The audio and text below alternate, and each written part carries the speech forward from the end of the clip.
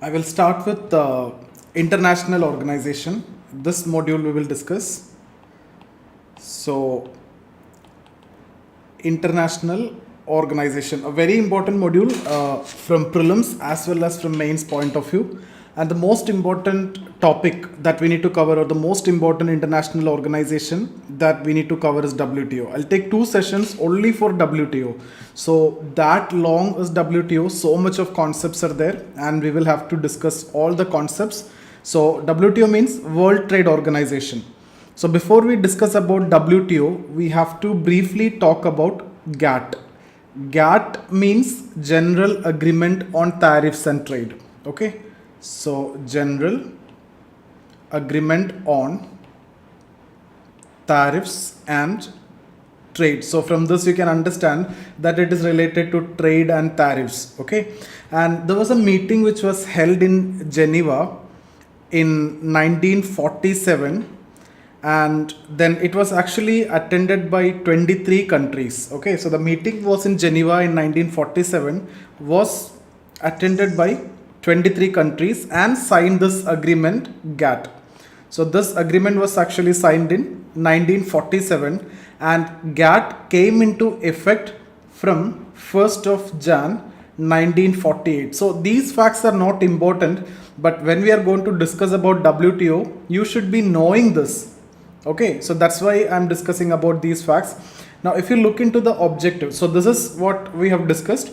GATT, General Agreement on Tariffs and Trade. The meeting was in Geneva in 1947, which was attended by 23 countries, signed the agreement on GATT in 1947, and it came into effect from 1948. The objective, you can write down the objective. Objective is basically to promote world trade by reducing trade barriers. That name itself will tell you, no, it is related to tariffs. Tariffs is how you reduce and increase trade. This is what the trade barriers. Okay, so different trade barriers are there. Tariff barriers are there, non-tariff barriers are there. We will discuss that in terms of quota, in terms of some other aspects. Everything will be covered here. So here, by reducing the tariffs, or by reducing the different trade barriers, one among that is actually tariffs, increase the trade. That is the idea, or that is the main objective of this particular organization or this particular agreement. It is not an organization, it's a loose organization. When it comes to WTO is going to be a very formal organization. It's basically an agreement. So understand in that way only, we don't say organization. So on the basis of what principle? The principle is actually MFN. MFN means most favored nation. Okay, so most favored nation. So you can just write one line about MFN, most favored nation. Mains also before the question was there from MFN. Prelims also they can ask you question. So just write one line over there. Under MFN means most favored nation. If a country provides a trade concession,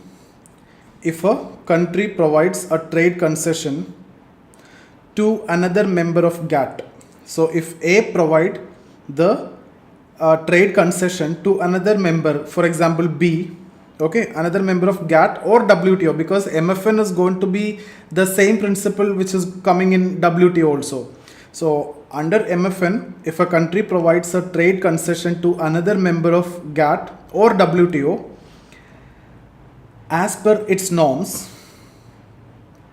then such concession must be provided to all the members of GATT or WTO. So for example, A is a member of GATT. Now we are talking about GATT, General Agreement on Tariffs and Trade. So A is a member of GATT, B is also a member of GATT. So A provides some concession to B. The same concession has to be provided to C if C is also a member of GATT. If C is not a member of GATT, then this is not required. So MFN principle is this: a country who is a member of GATT provides a concession to any other country who is also a member of GATT, the same concession to be provided to all the members of the GATT. That means it is based on non-discrimination concept. So MFN, this concept is actually rests with the principle of non-discrimination.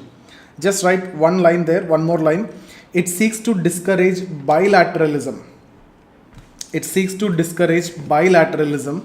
and promote multilateralism. What do you mean by bilateralism? Between them, right? Between two countries. So now if it is based on MFN, everybody will get the advantage, okay, of the concession. So it promote multilateralism. Now you can just write various rounds. We are not interested to discuss various rounds of GATT. In fact, when we discuss about WTO, we will discuss, but how WTO came into existence, for that we just need to know the 8th round of GATT. There some problems arise.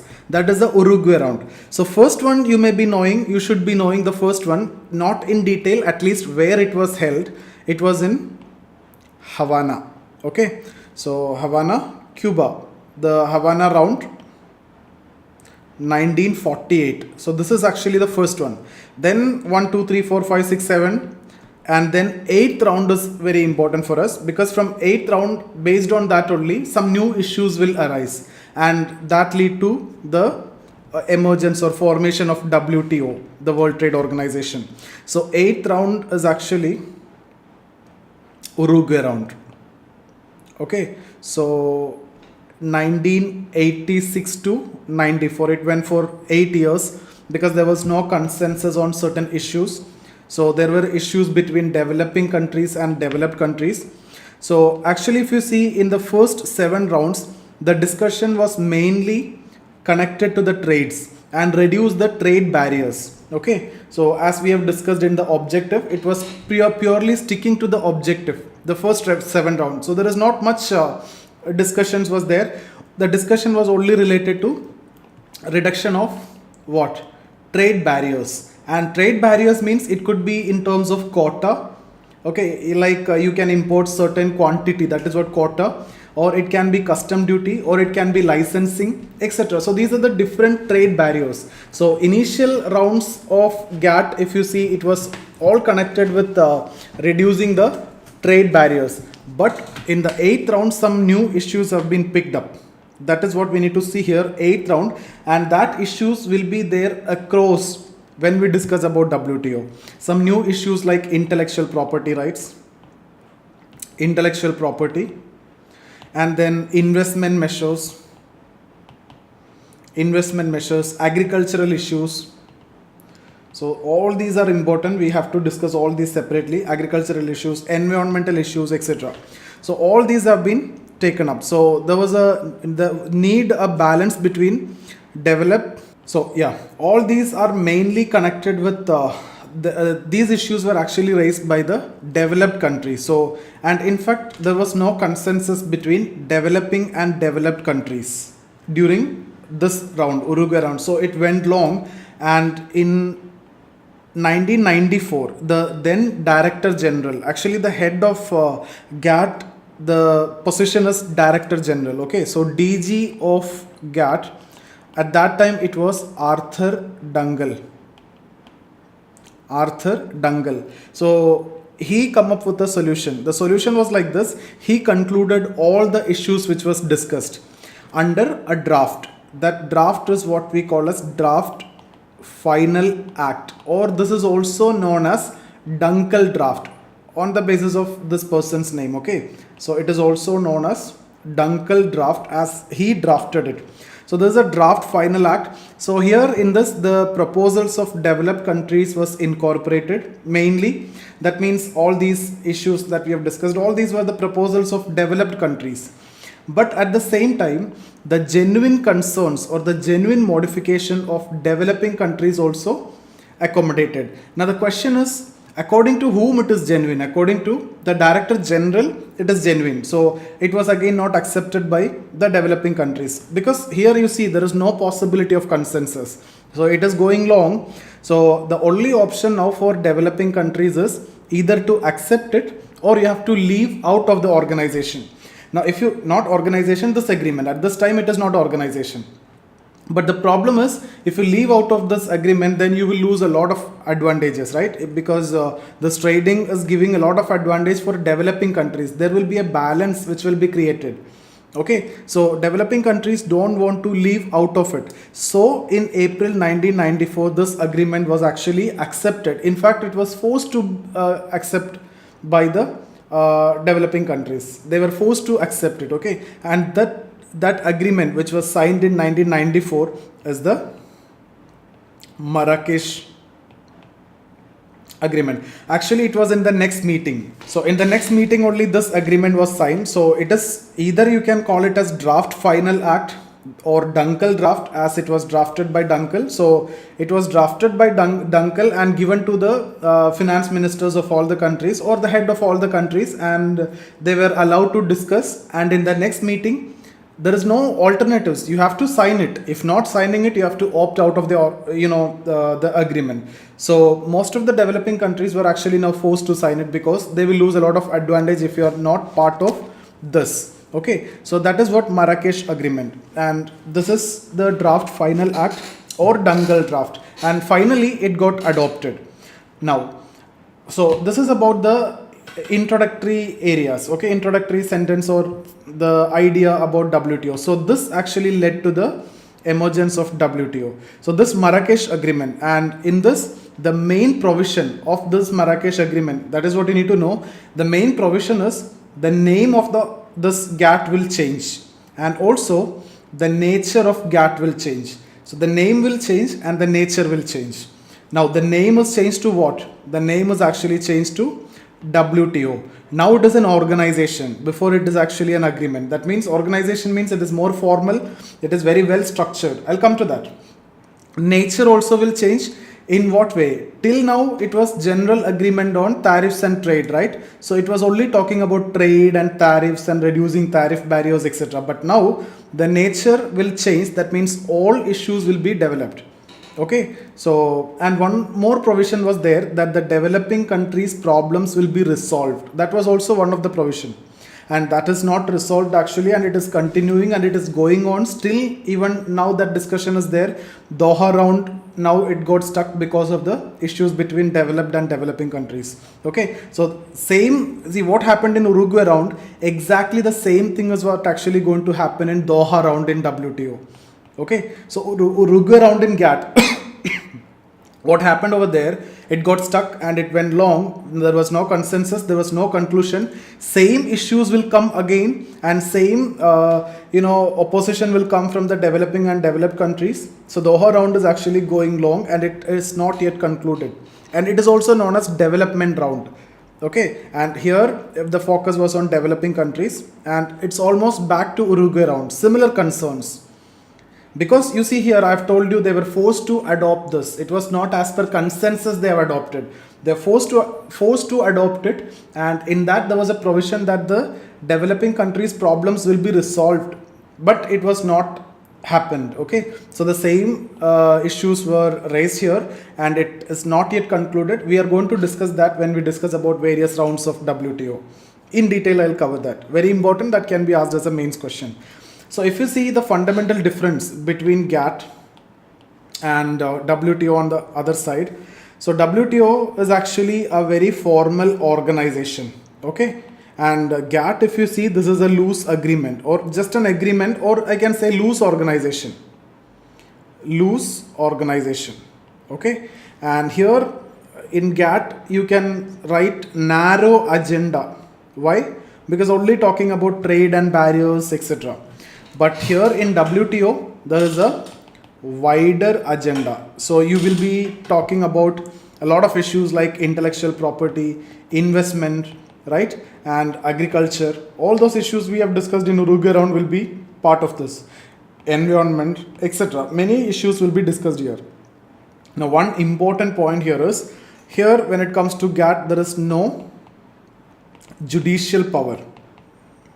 But WTO, judicial power is there. That means dispute resolution body, mechanism, etc. is there in WTO, and they can impose sanctions over the countries also.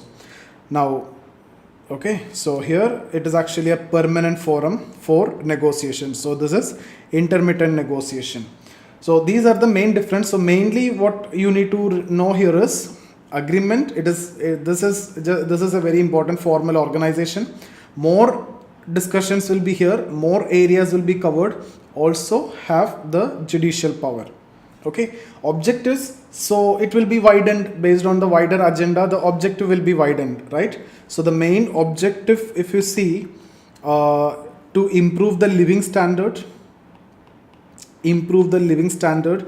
How to improve the living standard? By improving the real income, ensure full employment in member countries, etc. So living standard should improve by improving real income, ensuring full employment. Even all these are objective of WTO. Also to enlarge production, increase the production, trade in goods and services. So increase production, increase in trade in goods and services. And also this is very important, to promote sustainable development. Sustainable development. So these are the objectives, main objectives. Now next, principles, right? So the same principle that we have discussed in GATT will come here, that is related to MFN. So most favored nation will come here. I hope you understood that. So I am skipping this one. That exactly the same thing, that if you are giving any concession to any other member country, the same concession should be given to every other member countries also. Okay, but there may be some violation. For example, India have given MFN status to Pakistan, but Pakistan has not given that to India. So some violations will be there under certain conditions. All those cases we will discuss. Second principle is related to national treatment. It was a question before. You should be knowing it exactly. What is it? National treatment. Just write one line there. What is national treatment? Imported and locally produced goods. Imported and locally produced goods should be treated equally. That means imported goods and local goods should be treated equally. Okay, but is that possible? Directly it is not possible, no. While importing, you cannot treat both of them as similar, but here one more provision is there. At least after the imported product land or entered the Indian market, then treat it equally. So conclude, write that also, comma, treat equally at least after foreign goods have entered the market. At least after the foreign goods have entered the market. And it should also apply to services, trademarks, copyrights, patents, etc. It should also apply to services, trademarks, copyrights, patents, etc. Okay, so national treatment, I hope you understood. The imported and the local goods should be treated equally, at least after the imported goods reach the domestic market. Okay, third one, C. Free trade gradually through negotiation. Free trade gradually through negotiation. D. Predictability through transparency. So to ensure transparency and thereby predictability. Next one, promoting fair competition. Promoting fair competition. How promoting fair competition? MFN can promote actually fair competition. For example, A is there and B, okay, C, okay. Now, for example, A produce, let's say some item, this pen, for example, A produce at 10 rupee, okay, and C produce at the cost of, let's say, 6 rupee, and B produce at the cost of 7 rupee, okay. Now, for example, if MFN clause is not there, A will charge an import duty or a custom duty of, let's say, 2 rupee from B, okay, and let's say 4 rupee from C. So this is the charge from B, because these two countries are in good terms, A and B, so 2 rupee. Now A, the cost is 10 rupee. B, if you import from B 7 plus 2, that will be 9 rupee. So from B the import will happen. Okay. Now C, 6 plus 4, 10 rupees. So import will not be there. Either you can buy from the domestic market or you can import from B. There is no question of C here. But if you look into this, who is the most efficient producer here? Most efficient producer is C, because C is producing at the cost of 6 rupee. Now imagine this case. The trade barriers is the same. For example, 2 here and 2 here. So 7 plus 2, 9 rupee, and 6 plus 2, 8 rupee. Now from where A will import? A will import from here. Okay. So that is how it promote the competition, fair competition. Who is the best producer? They should get the advantage. Who is efficient? They should get the advantage. One more line you can write. promoting development and economic reforms. Promoting development and economic reforms. Okay, now we will see the structure of WTO. Structure of WTO. So first one you can write ministerial conference. Ministerial conference. So just write one line there. It is the highest decision making body of WTO. It is the highest decision making body of WTO. Okay, so who will participate here? From India, if you see, Ministry of Commerce and Industry. So from other countries, it could be finance minister, it could be trade minister. Okay, so this is the highest decision making body of WTO, ministerial conference. So it should meet once in every 2 years. Meeting once in every 2 years. So if you see the 10th meeting was in Nairobi, we will discuss almost all the meeting. Whatever is important we'll cover. Nairobi in 2015, and then 11th, Buenos Aires. Where is Buenos Aires? Argentina.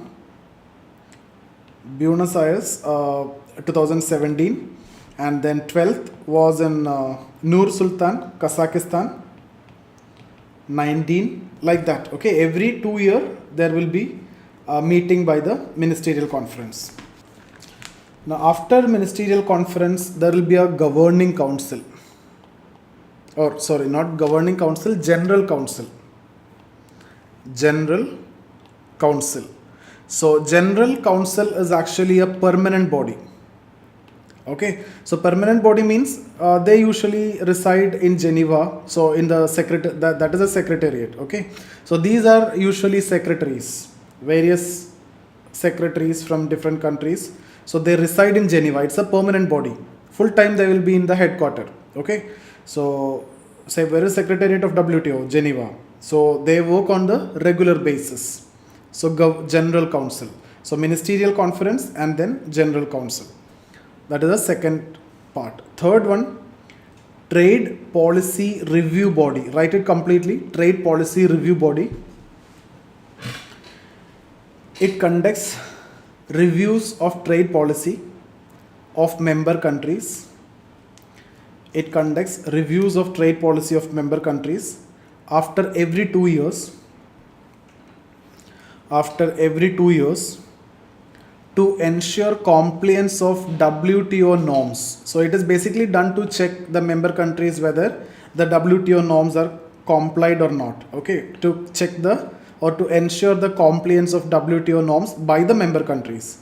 So TPRB, that is a trade policy review body, they conduct reviews of trade policy of member countries to check whether it is in alignment or is it in compliance with the WTO norms. What are WTO norms? Just before I have discussed this, MFN clause, national treatment, etc. Okay, so now fourth one I have told you there is a judicial power, no? So this is what? DSB, dispute settlement body. Dispute settlement body. Just write one line there. It considers the complaints of member countries. It considers the complaints of member countries against violation of WTO rules by any member country. Okay, so it considers the complaints of member countries. For example, if country A having any complaint against B, so A can move to the dispute settlement body. So it considers the complaints of member countries against the violation of WTO rules by any other member country. So B has to be a member of WTO, then only you can move against the other country. Okay, and it has to give its decision within 18 months. So this is compulsory. The decision has to be given in 18 months. And then above this, there will be an appellate authority. Appellate authority. So appellate authority means what? For challenging the decision of dispute settlement board. For example, we have in India the magistrate court, and that can be challenged in High Court, or Sessions Court, which can be challenged in High Court, and it can be challenged in Supreme Court, right? Like that, dispute settlement body, the decisions could be challenged in appellate authority. Now from Supreme Court you cannot challenge anywhere, no, except mercy petition, general case. So similarly, from here, that is the binding, that is final. So it's Okay, are you okay with this much? What all things we have discussed? Can we now move for WTO agreements?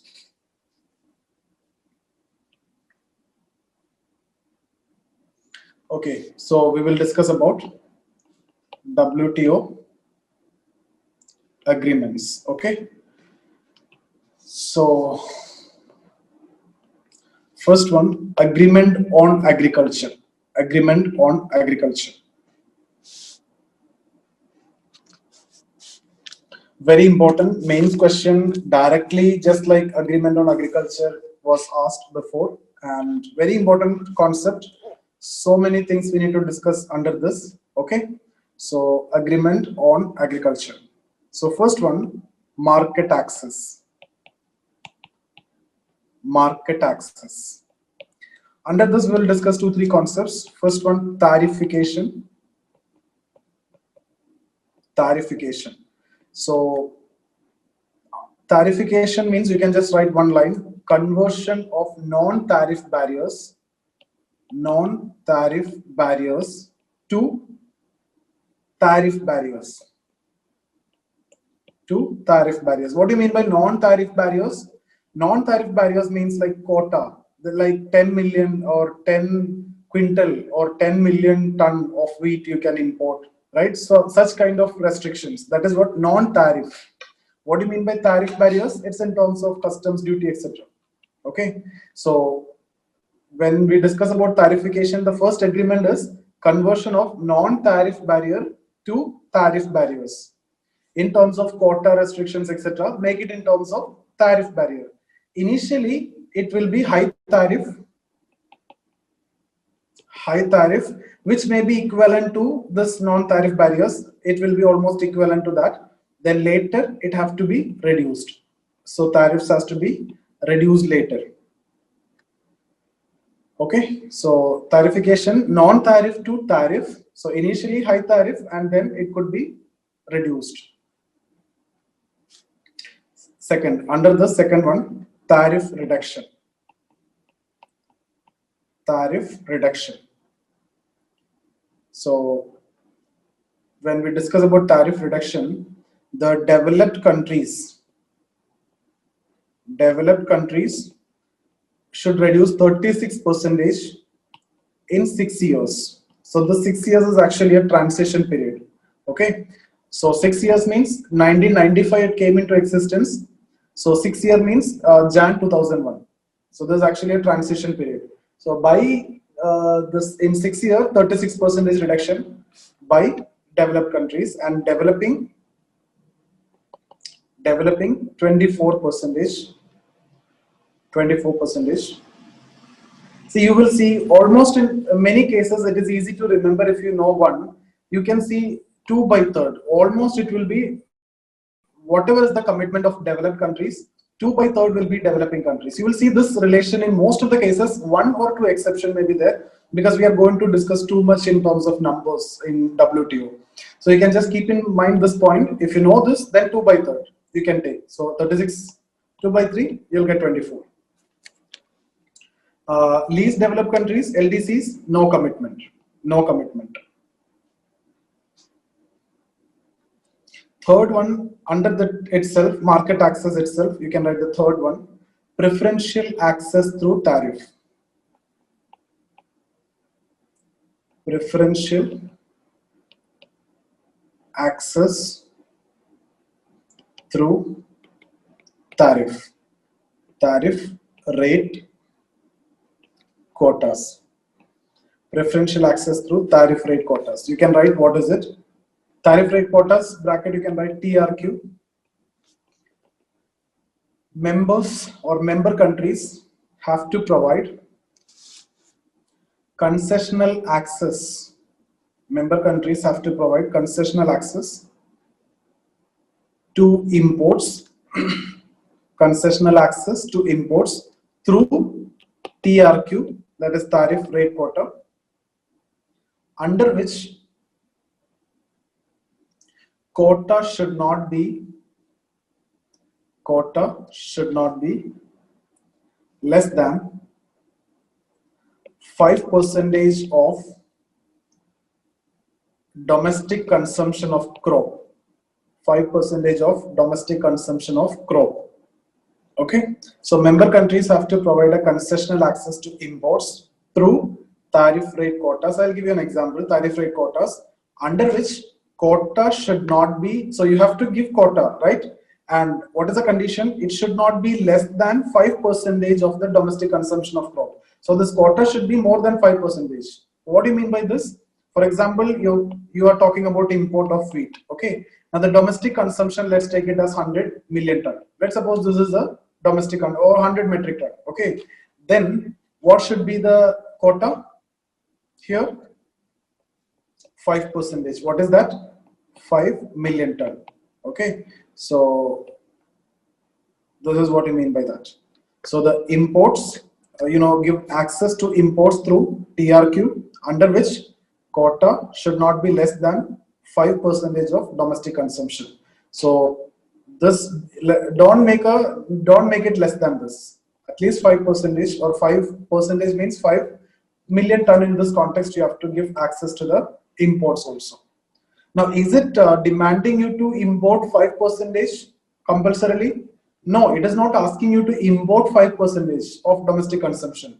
If you are not importing, then there is no problem. But if you are importing, then for up to 5%, that restriction should not be there.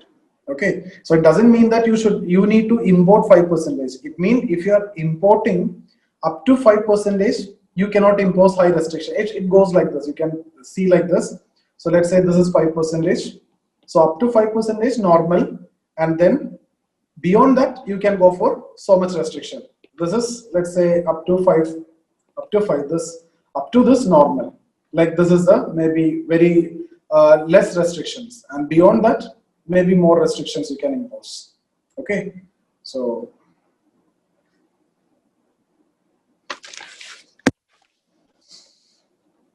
next concept, B. So that is about the first one, market access. Now domestic support.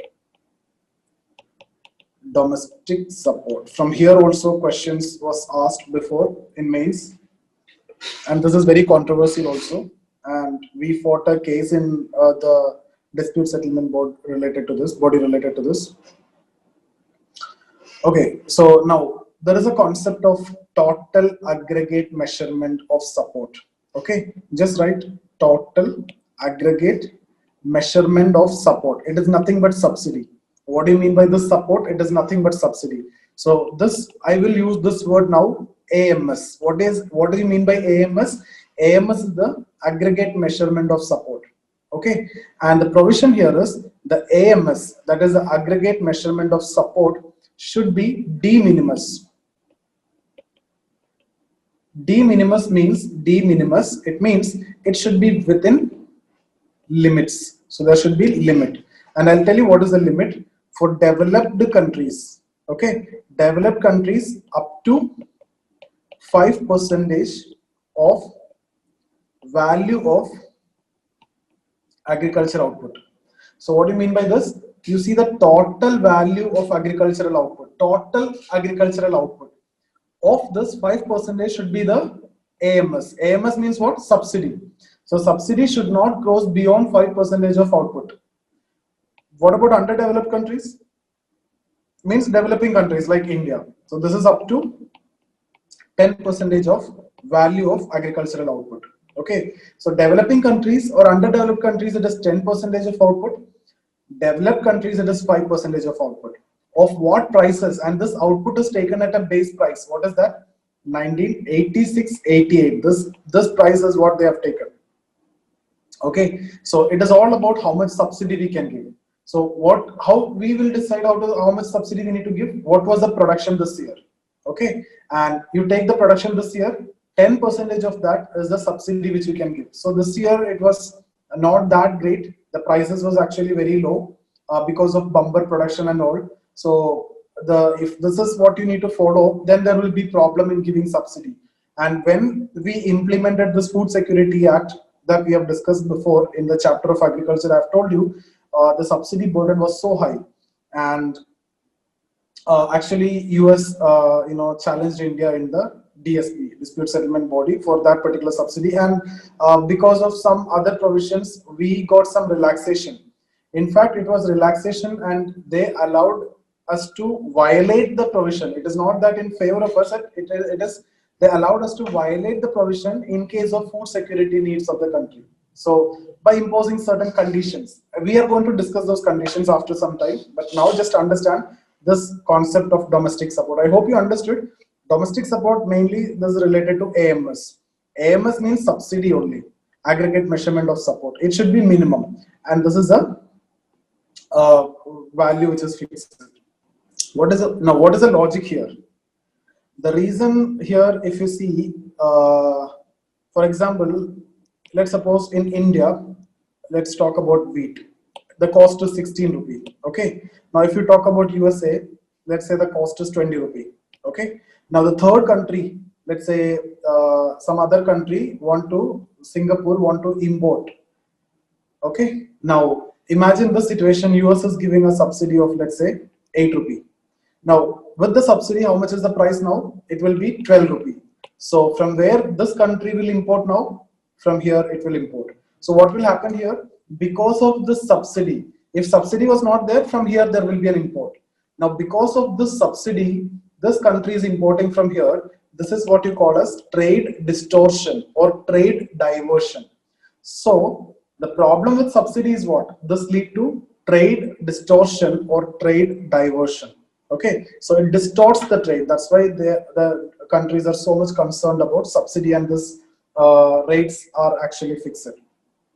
And there are different types of subsidies, and some will come under restriction, some will not come under restriction. And actually, the developed countries will take advantage of this classification. In fact, this classification itself is actually made by the developed countries in their favor.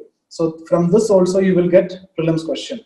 What are the different types of subsidy? You can just give a heading, classification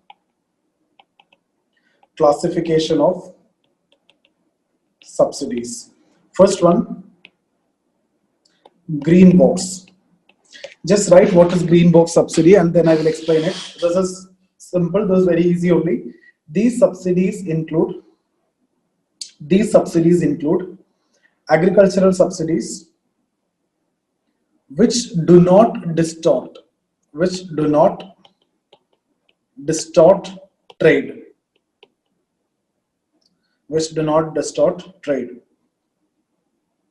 These are decoupled with production.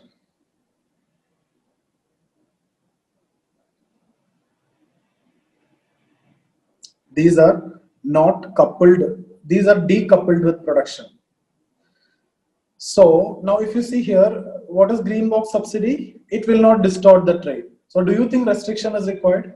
That restriction, what was the purpose? I've told you the purpose was diversion or distortion of trade. So if this is not distorting the trade, it is decoupled with the production.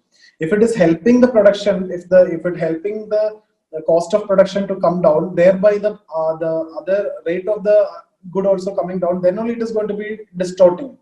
So here that is not the case. For example, if you talk about direct benefit transfer, okay, direct DBT to farmers, subsidies on disease control, flood control, research development, food security, etc. Those will come here.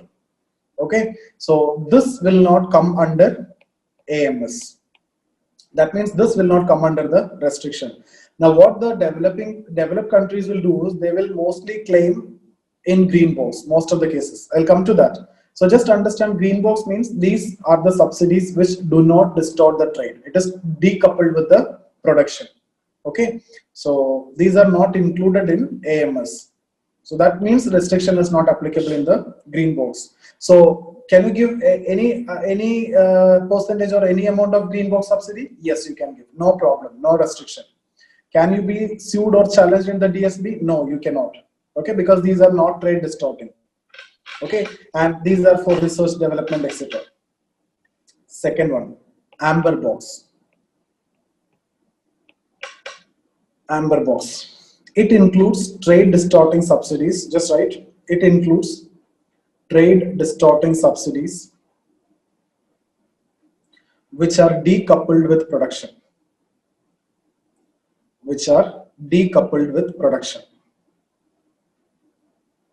So here it is directly trade distorting. So here, sorry, these are not that is the opposite. No, these are coupled with production. Then only it will be trade distorting, because it has to do something with the production. Production cost should increase or decrease, no? So it should be connected to production. So I repeat, it includes trade distorting subsidies, that is, which are coupled with production or which affect the prices of agricultural commodities. So coupled with production means it will affect the price of agricultural commodity. Here it will not affect the price of commodities, right? These are decoupled. I hope you understood. So here it affects the price of agricultural commodities, and these are included in AMS. So in AMS, any subsidy which are coupled with production, or any subsidy which is affecting the price of the agricultural commodity, or any subsidy which is trade distorting. Trade distorting means what? If the subsidy given is coupled with production, automatically what will happen? It will affect the price. If it affects the price, it will be trade distorting. And in that context, it will come under AMS. What is here? This is not trade distorting. Why? It is decoupled with production. It will not affect the price. So in simple language, whatever is affecting the price will come here, because it is trade distorting. It's not affecting the price, will come here. It is not. This is trade distorting. This is not trade distorting.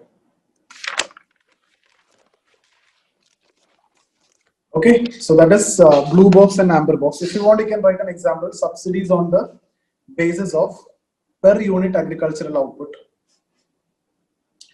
Example, subsidies on the basis of per unit of agricultural output, comma, support prices like this MSP and all, procurement subsidy,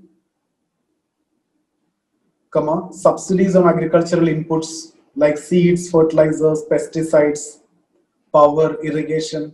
See, all these will come here. Okay, all these subsidies will come part of amber box. Why? Because subsidy on power will affect, subsidy on irrigation will affect the price, pesticides, seeds, fertilizer, all will come under amber box. So what you need to look here, is it affecting the price? If so, amber box. But there is a subcategory also now. Just write the third category, that is blue box. This is a controversial one. And this is not desirable also. Basically, you just need only two boxes, amber box and green box. One is not distorting, the other is distorting. That is enough. But this one is created for the convenience of the developed countries. Just write this and then I'll explain. It is also called amber box with condition. So amber box means trade distorting, but here conditions is there. That is a subcategory that I'm saying. It is also called amber box with condition. It includes trade distorting subsidies,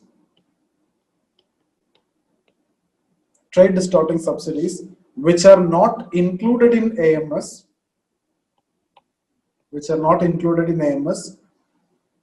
under certain condition. What is AMS? That aggregate measurement of support, subsidy. I've told you this word. So here trade distorting, but not coming under AMS. Now let me see here. So first category is what? First category, green box, not trade distorting. So it won't come under AMS. Amber box, trade distorting. So it will come under AMS. That means restrictions are there, like 5% and 10% that we have discussed. Now what is this category? This is trade distorting, but it won't come under AMS. So this 5% and 10% that we have discussed about is not applicable because it won't come here. Now, which case you can write example. For example, when farmers have to limit production. Okay, so here actually there is no subsidy, there is no restriction, because this is actually not coming under AMS. So similar to amber box, but not in AMS because of some condition. So no limit on subsidy. Is it desirable? It is not desirable. Why? Trade distorting subsidies which are actually allowed here. And it is actually defined by the developed countries in their favor. Now other two, the green box and amber box, the definition is clear. You can clearly say price is affected or not. Yes, if it is affected, it is trade distorting, and if it is not trade distorting, so AMS is applicable, AMS is not applicable. That is okay, fine. Both are desirable, but this is not desirable. For example, if you see when the subsidy calculation, if you see US is giving 100 billion subsidy, and India giving 20 billion subsidy. And this 100 billion is actually allowed as per WTO norm. But this 20 billion that India is giving, it is not allowed as per WTO norm.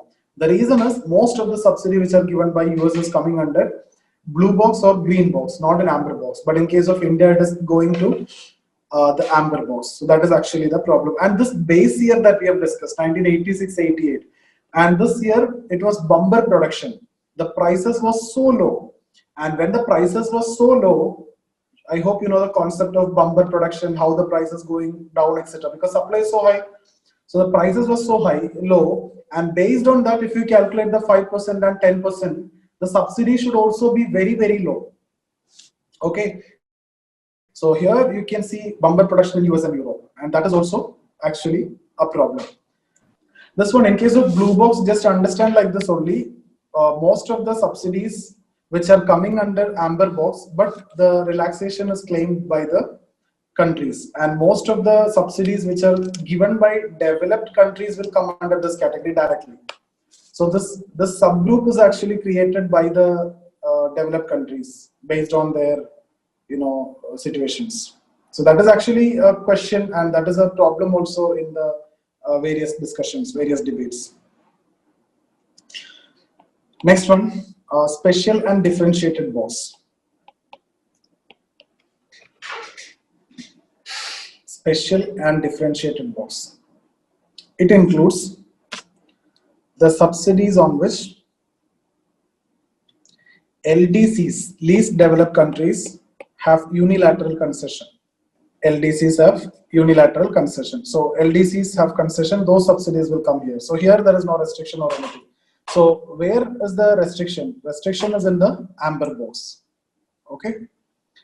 Now, National Food Security Act 2013, we have already discussed. So the problem with this was, at that time also I've told you the subsidy burden, it is going to increase and huge subsidy is supposed to be given, right? So this is actually the subsidy violation, or AMS. We will write, not write subsidy, don't write subsidy in your answer, write AMS always. When it comes to WTO, so it is actually violation of AMS or the WTO norms. And Indian government actually negotiated in WTO in December 2013. That is Bali Ministerial Conference. There was a peace clause which was signed. Okay, and under this peace clause which was signed, India or the developing countries can violate. This is how it was written. The language is this: developing countries can violate AMS norms for supporting the food security program. So in the peace clause, it is made clear that you are actually violating. It is in violation of WTO norms. It's not that you have the right to do this. It is like you can violate for food security programs, but there are some conditions which are imposed. So you can write maybe one line over there. In 2013 Bali Ministerial Conference, the peace clause was signed, under which developing countries can violate AMS norms for supporting food security programs. Okay, then for supporting food security programs. However, such countries have to provide information about procurement, storage and distribution of food commodities, storage and distribution of food commodities,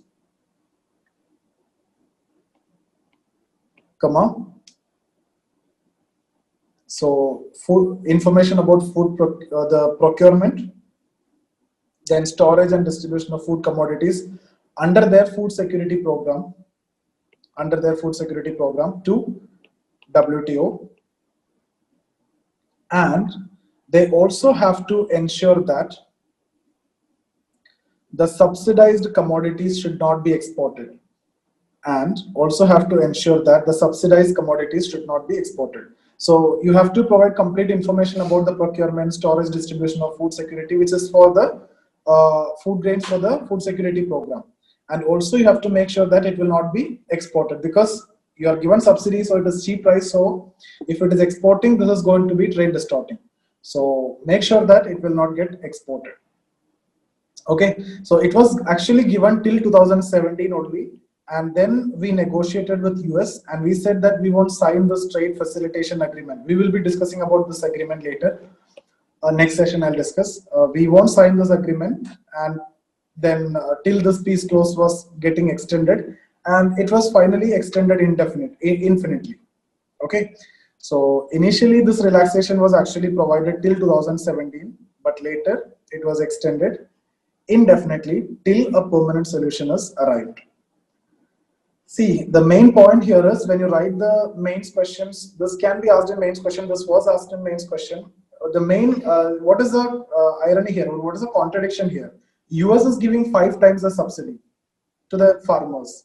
Okay, so do you think our concern is genuine? Our concern is genuine. We are giving 20 million, close to that only. So, and what subsidy we are giving is actually in violation, but what subsidy they are giving is not violating WTO norms. So 20 billion and 100 billion. So 5 times they are giving. Okay. Now, what are the main problems here? Actually, the problems, if you see, you can write miscalculation of subsidy, not calculation, misclassification of subsidy. No, India, we have some restrictions. We have to give the subsidies in the mainly power, irrigation. Here you need to give. We cannot claim on research, development, and other aspect. It is because of the structural condition. We can't say anything else, because developed countries have different issues and developing countries have altogether different issues. So we cannot compare that. We cannot keep on giving on research, development, etc. The today's needs has to be met in developing countries, no? So that is the problem. So misclassification of subsidy. That means this blue box is actually the problem. And the second problem is actually related to the base year of amber box. So these are the main problem. One is blue box is a problem, and within amber box, base year is a problem. So what is the solution? If these are the problem, this should be abolished. Blue box should not be there. What should be done with base year? Base year have to be changed. Okay. So otherwise, as per theory or as per the report, one report which was published, actually, if you see the US and Europe, okay, US and EU, their agricultural output and 40% of agricultural output is actually their subsidy. Close to 40% is going as their subsidy. But as per the guidelines, the AMS restriction what we have discussed is 5% for them. But they are giving 40%, but most of the subsidies are giving under blue box. Okay, so this blue box, green box that they are using, either research development, all this relaxation is what they are getting mainly. So India and developing countries have many other areas to take care. Only after that you can go to this level. So that is the reason why we cannot give under mostly green box and blue box. So whatever we are giving will automatically fall under the green box, because that is a demand of the farmers. Yeah, so we have done with market access and then domestic support. Under domestic support only we have discussed all these subsidies. Now third one, export subsidies. So there's a third in agriculture. We are discussing about agreement on agriculture. So there's a third one, export subsidies. So again, condition here, developed countries have to reduce export subsidy by 36% below 1986 to 90 level. This is a base year. Okay, 86 to 90, this time what you are giving, and 36% you have to reduce. That is a condition on developed countries. Okay, now what do you think will be developing countries or UDC? What do you think will be for UDC? If this is 36%, then 36 into 2 by 3. Just remember. So it will be 24. Just you can remember like that. Okay. So now two conditions are there. Developed countries, this is the first case. Decrease by 36% below 1986 to 90 level. Decrease export subsidies decrease export subsidies by 36% below 1986 to 90 level. Okay, this is in terms of value. In terms of value. In terms of quantity, also there is a restriction. In terms of quantity, it should be reduced by 21%. So in terms of value, 36% of 86-90 level. In terms of quantity, 21%. That is a condition on developed countries. So UDC, in terms of value, that is 24. What about in terms of quantity? Take this 21 and 2 by 3. So what will be that? 14. Okay. So study any one of this and then keep this point in mind, 2 by 3. Most of the cases it will be 2 by 3. You understood this difference. Here this 36, I'm only talking, one more time I'll tell you, export subsidy. We are talking about export subsidy. What has to be done? Export subsidy has to be reduced. So if you talk about developed countries, it has to be reduced to 36% in terms of what? In terms of value. Which year we are talking about? 1986-90, that year, that level we are talking about. In terms of quantity, it should be 24%. Now in case of UDC, again you need to reduce. But in terms of value, it will be 2 by 3rd of 36, that is 24. In terms of quantity, it will be 14%. Okay. So if you need one example, in India, for example, in India, 1986-90, 10 million ton of wheat. Okay.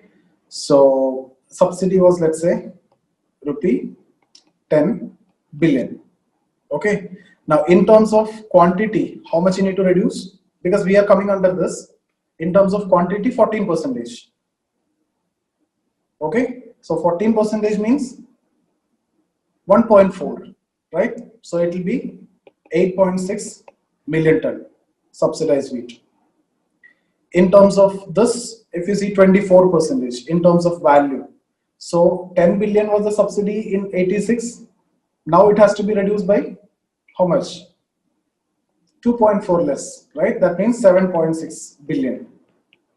So in terms of quantity, 8.6 million ton. In terms of value, 7.6 billion. If both are, let's say, 10 million ton and 10. This is only for example, okay? It have to, if this was in terms of quantity, this is the level. The subsidy was given in terms of quantity this much, and in terms of value this much. You have to reduce to this level, and you have to reduce to this level in terms of value. So just remember that the reduction commitment is 2 by 3rd for the developing countries of that of developed. So market access, domestic support, and third one, export subsidies. One more is there, patenting of plant varieties. D. Patenting of plant varieties. See, WTO is slightly technical. So much of agreements is there. But whatever is possible, I'll make it clear so that it will be easy for you. But you have to read whatever is coming in current affairs and newspapers. And you will be in a position to understand everything now. So patenting of plant varieties. Just write one line over there. Plant varieties. Plant or planned? Plant. Okay. Plant. Yes, okay. Why confusion here?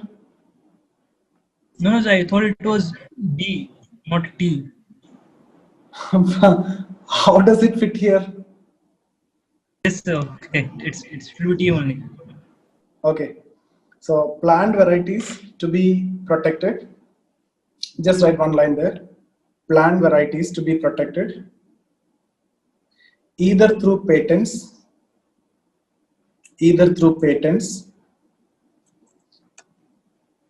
or through conventions of the International Union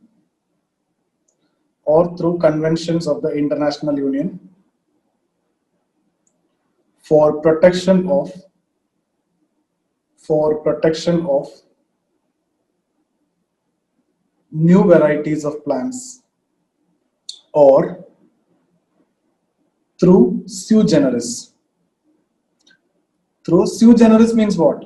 Your own setup. That means if in our case, our own law, India's own law, right?